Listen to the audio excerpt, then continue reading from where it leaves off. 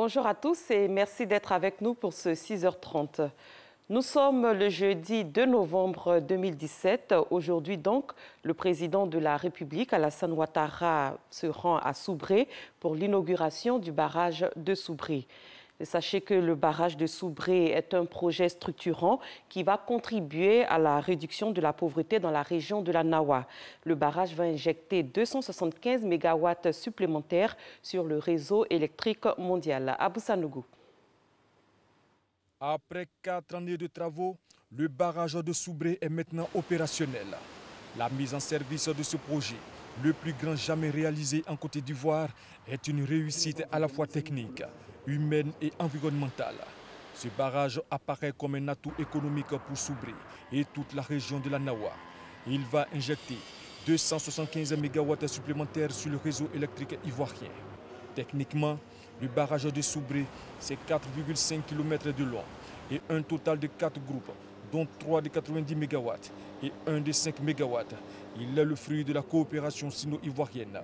Ce projet structurant va contribuer à la réduction de la pauvreté et favoriser une meilleure intégration socio-économique des populations vivant le long du fleuve Sassandra. Le projet d'aménagement hydroélectrique de Soubré, inscrit au programme du gouvernement, sera ce jeudi 2 novembre une réalité, car il sera mis en service par le président de la République, Alassane Ouattara. Pour l'inauguration du barrage de Soubré, un événement historique, les élus et cadres en appellent à la mobilisation des populations.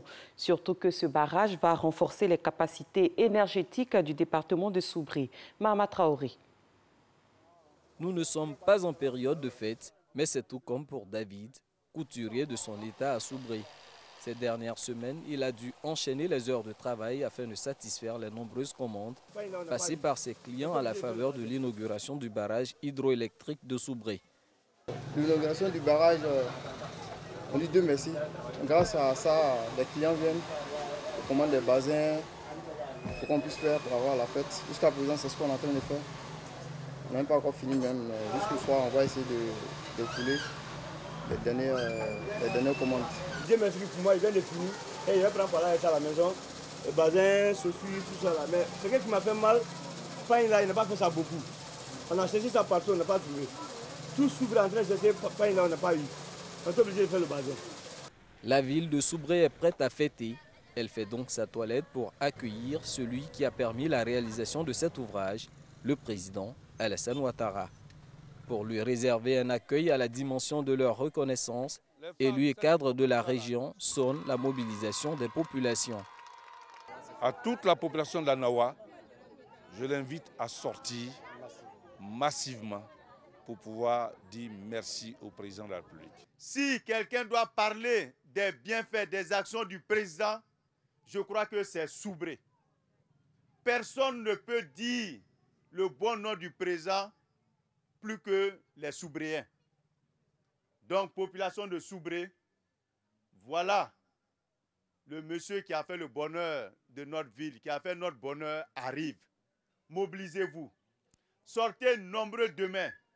Ville haute, Soubré sera également une ville lumière avec son nouveau barrage hydroélectrique. La capitale de la région de la Nawa va ainsi bénéficier de 3627 poteaux électriques et de 121 km de fils. Ce n'est pas tout. 8 villages du département seront électrifiés, de même que l'extension du réseau électrique dans 2 autres. Un mot de religion, la fête de tous les saints, c'était hier, et celle consacrée aux morts, c'est aujourd'hui, jeudi 2 novembre. Mais pour des raisons de jour férié, ce mercredi a été choisi par nombre de personnes pour rendre hommage aux proches disparus. Les cimetières ont donc été envahis ce jour. Une situation qui a favorisé de petits commerces, surtout le commerce de fleurs. Christiane Koubi, Franck Dieu. 1er novembre. Les fleuristes de l'espace Saint-Jean à Cocody, à cette date, se frottent les mains. La fête de tous les saints, un moment de bonnes recettes. On peut gagner 50 000, 60 000, ça dépend. Hein. Il y a des gens aussi qui gagnent 100 000. Dans d'autres quartiers de la commune, les 2 plateaux par exemple, des espaces dédiés à la vente de fleurs, ils sont plusieurs à s'en procurer. Il s'agit de rendre hommage aux proches disparus. On sait que c'est la fête des saints, mais comme demain on travaille, Donc on se précipite un peu pour aller nous recueillir un peu sur la tombe des uns et des autres. Aujourd'hui spécialement, il est important que nous puissions les célébrer. C'est un moment pour commémorer aussi, enfin, d'avoir une pensée particulière pour tous ceux qui nous ont quittés un peu trop tôt. Un jour férié propice au dépôt des fleurs, car à la réalité, la commémoration des morts, c'est le 2 novembre. Le choix des fleurs est alors important. Pour ces gens de cérémonie-là, c'est les roses, les alpinias, les tropiques. Une tige de fleurs importée à 2000 francs, le bouquet à 5000, contrairement aux autres, autour de 20 000 francs le bouquet.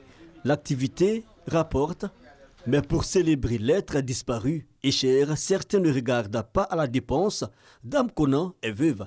Elle est venue sur le site chercher son bouquet. J'ai perdu mon mari en 2012, donc je m'en vais à Williamsville comme ça, pour déposer des fleurs et puis prier pour son âme. Le cimetière de Williamsville, nous décidons d'y suivre Dame Conan. Sa petite famille en pleine prière pour le repos de l'âme de son défunt mari. Tout autour, ambiance de recueillement. Plusieurs tombes, des plus connus aux anonymes et beaucoup d'émotions. Le repos à tout jamais et fait briller, fait briller. Si certains sont tristes, pour d'autres, c'est l'occasion de faire des bénéfices. Il n'est pas rare de voir ces jeunes offrir leurs services pour l'entretien des tombes. C'est eux-mêmes qui chancent et nous donnent l'argent. Sinon, ça va dire c'est un préfixe. Il faut avoir 300 000, 200 000. Jour de recueillement et opportunité de petites affaires, la commémoration des morts à ce jour de Toussaint reste cependant un moment saisissant.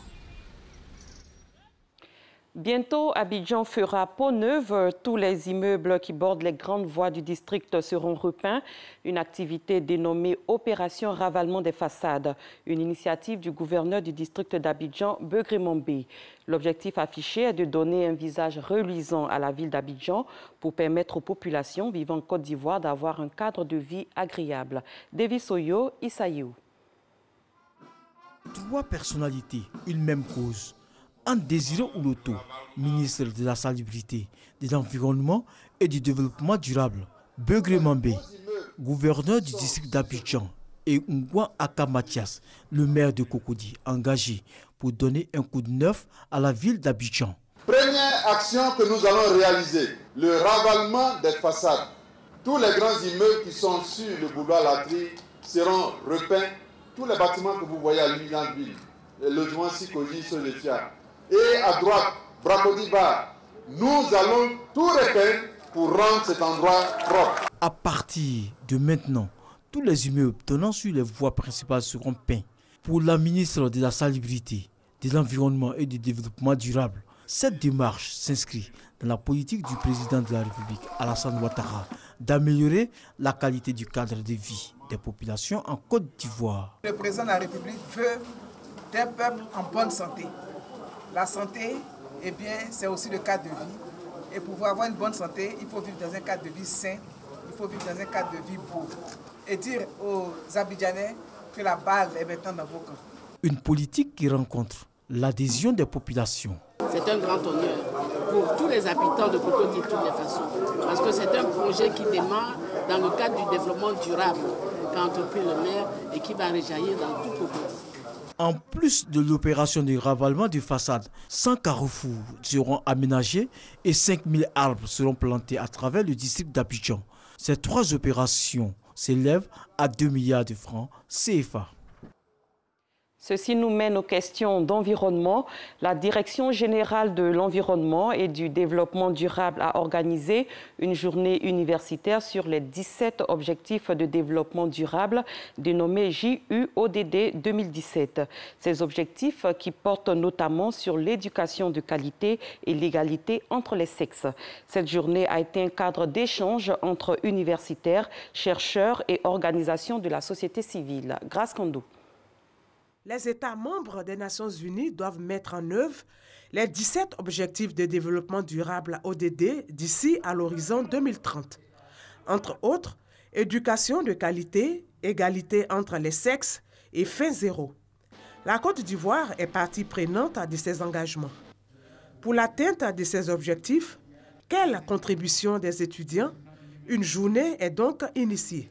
Il y aura des séances de renforcement de capacité, de présentation des ODD avec les cibles et chaque étudiant va chercher à savoir quelles cibles qui correspondent au mieux à ses préoccupations. Ici, en l'occurrence, nous avons l'ODD 16 qui parle de paix, et les étudiants aussi s'engagent dans la trêve sociale voulue par le Premier ministre, son Excellence Amadou Gon, d'accord pour la marche vers le développement durable. Le développement durable, un concept pris en compte par les responsables d'université. Au niveau de l'université Félix Faure-Boigny, des parcours de formation en développement durable ont été mis en place. Donc c'est un parcours et une formation diplômante. Il y a eu également des modules de formation en développement durable, de sorte que la personne qui veut s'instruire dans ce domaine-là puisse le faire. Nous faisons tout pour être des étudiants modèles d'abord, pour aider les différents partenaires du système à avoir un système éducatif reluisant pour notre pays, la Côte d'Ivoire. Au niveau de l'environnement, nous participons ici en Côte d'Ivoire à tous les projets de développement en collaboration avec le ministère de la Salubrité, de l'environnement et du développement durable à travers les opérations et grands ménages. La Direction générale de l'environnement et du développement durable ne compte pas s'arrêter au niveau des universitaires. Elle prévoit des activités en faveur d'autres cibles afin de les sensibiliser sur le bien fondé des ODD. En culture, l'Abissa, c'est le nouvel an du peuple Nzima, mais en dehors des fils et filles de Grand Bassam qui effectuent le déplacement pour la célébration de cet événement, il y a aussi les nombreux visiteurs qui viennent pour s'imprégner de la culture Nzima. Et parmi ces visiteurs, il y a des Européens qui ont entendu parler et qui viennent pour le découvrir. Herman Yami. Abissa, événement culturel marquant le nouvel an du peuple Nzima. C'est un moment où tous les fils et filles de Grand Bassam se retrouvent pour communier et faire allégeance à leur roi. Cet événement culturel traîne chaque année de nombreux visiteurs, tant ivoiriens qu'étrangers.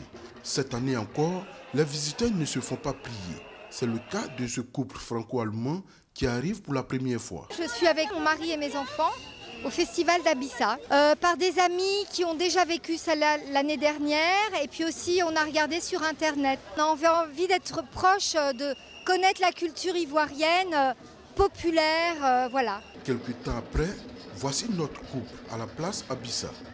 L'ambiance est électrique et Madame Amissou n'arrive pas à se retenir.